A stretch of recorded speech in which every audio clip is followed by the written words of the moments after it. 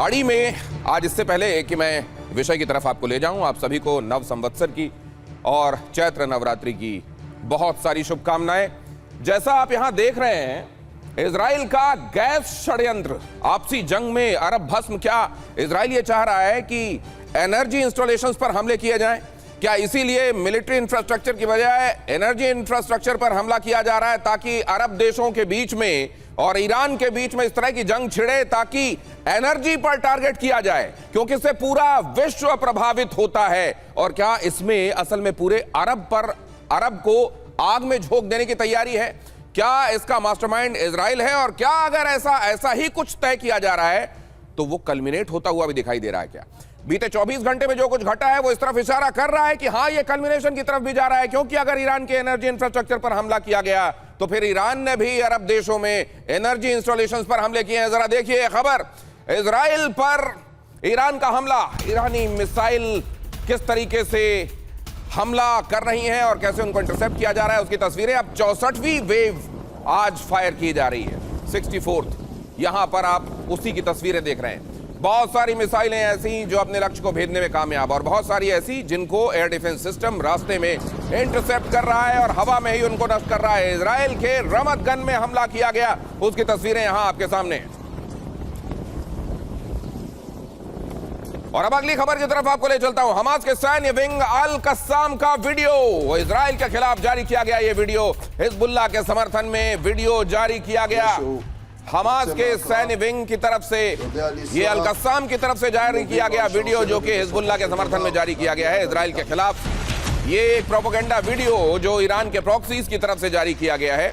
अल Qassam Hamas का ये लड़ाका wing माना जाता है, सैन्य विंग, उसकी तरफ से जारी किया ये वीडियो किया गया। वीडियो जिसमें लेबनान की तरफ से, हिजबुल्लाह की तरफ से इजराइल के ऊपर किए जा रहे रॉकेट अटैक्स को दिखाया गया है और ये बताया जा रहा है कि ये करने में हिजबुल्लाह कामयाब रहा है। अगली खबर की तरफ आपको ले चलता हूं। कुवैत में हिजबुल्लाह लड़ाका गिरफ्तार किया गया है।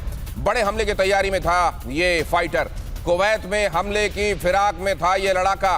तो हिजबुल्लाह फाइटर सिर्फ ऐसा नहीं है कि वहां सीधे इजराइल को निशाना बना रहे हैं, इधर देखिए जरा, कुवैत तक पहुंच रहे हैं और वहां पर हमला किए जाने की तैयारी थी। उसके पास से जो सामग्री बरामद हुई है वो ये बता रही है कि किस तरीके से उसको इंडोक्ट्रिनेट किया गया था और किस तरह की मानसिकता के साथ वो यहां हमला करने के लिए पहुंचा था। कुवैत में हमले की फिराक में पहुंचा हुआ हिजबुल्लाह का लड़ाका, जिसे यहां पर पकड़ लिया गया।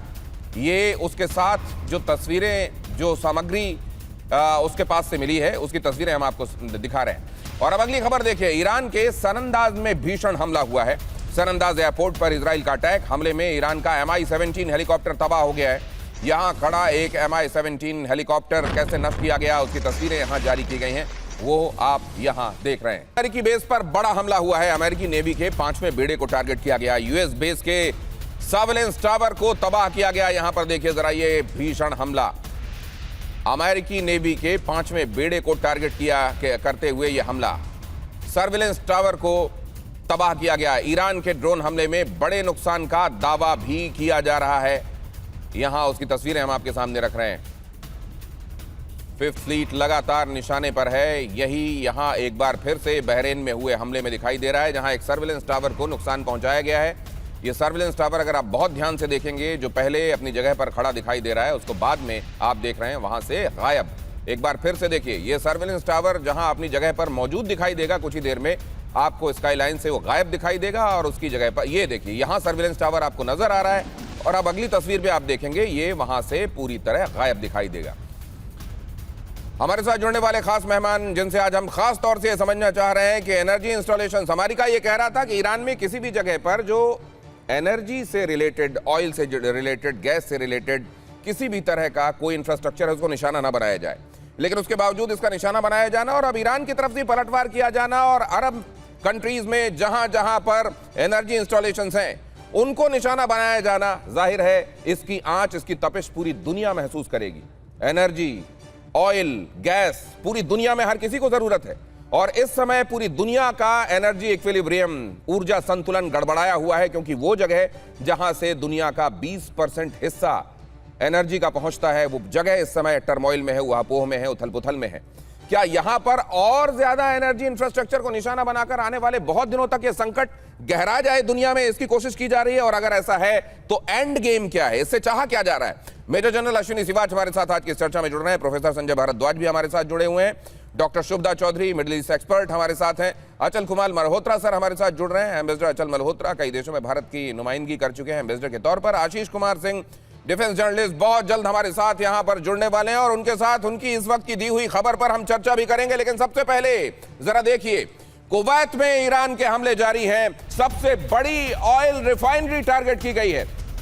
ईरान के हमलों से दहली अल अहमदी रिफाइनरी, जैसे ही ईरान के एक बड़े ऑयल इंफ्रास्ट्रक्चर को, एनर्जी इंफ्रास्ट्रक्चर को निशाना बनाया गया, ईरान ने पलटवार किया। ईरान ने पलटवार करते हुए कहां हमले किए हैं उसकी तस्वीरें हम आपको दिखा रहे हैं। और ये अगर इस तरीके के रिवेंज में, इस तरह के अटैक के मूड में वॉरिंग कंट्रीज आ जाती हैं तो इसका नुकसान पूरी दुनिया को उठाना पड़ता है। और यहां पर वही होगा, कहीं पर यह थमेगा, क्योंकि ये कहा जा रहा है कि अमेरिका रिलक्टेंट है, अमेरिका नहीं चाहता कि इस युद्ध में कहीं पर भी एनर्जी इंफ्रास्ट्रक्चर को निशाना बनाया जाए, लेकिन उसके चाहने से कुछ होता नहीं है। एक बार युद्ध शुरू हो गया तो बहुत सारी चीजें ऐसी होती हैं जो चाही नहीं गई होती, प्लान में नहीं होती, लेकिन वो होनी शुरू हो जाती है, तो फिर उसका कैस्केडिंग इफेक्ट होता है। यहां पर क्या वो सब शुरू हो चुका है? अगली खबर आपको दिखाता हूं। सऊदी अरब में एक और ऑयल रिफाइनरी पर हमला हुआ है। ईरान ने यानबू सैमरेफ रिफाइनरी टारगेट की है। यानबू एक पोर्ट है सऊदी में और यहां से ही ज्यादातर, अब क्योंकि होर्मुज लगभग बंद करके रखा गया है, तो यानबू से ही ज्यादातर अब ऑयल का एक तरीके से ट्रांसपोर्टेशन हो रहा है। और यहां किंग फवाद जो इंडस्ट्रियल पोर्ट है, यहां पर जो हमला किया गया है, देखिए जरा उसकी तस्वीरें देखिए, दूर से उठता धुआं देखिए। और जब कभी एनर्जी इंफ्रास्ट्रक्चर पर हमला होता है तो जाहिर है वहां जब आग लगती है तो बड़े मुश्किल से बुझती है और इसका पर्यावरण पर भी बड़ा गंभीर असर होता है। ईरान के हमलों से दहली सैमरेफ रिफाइनरी की तस्वीरें हैं जो आपको यहां पर दिखाई दे रही हैं।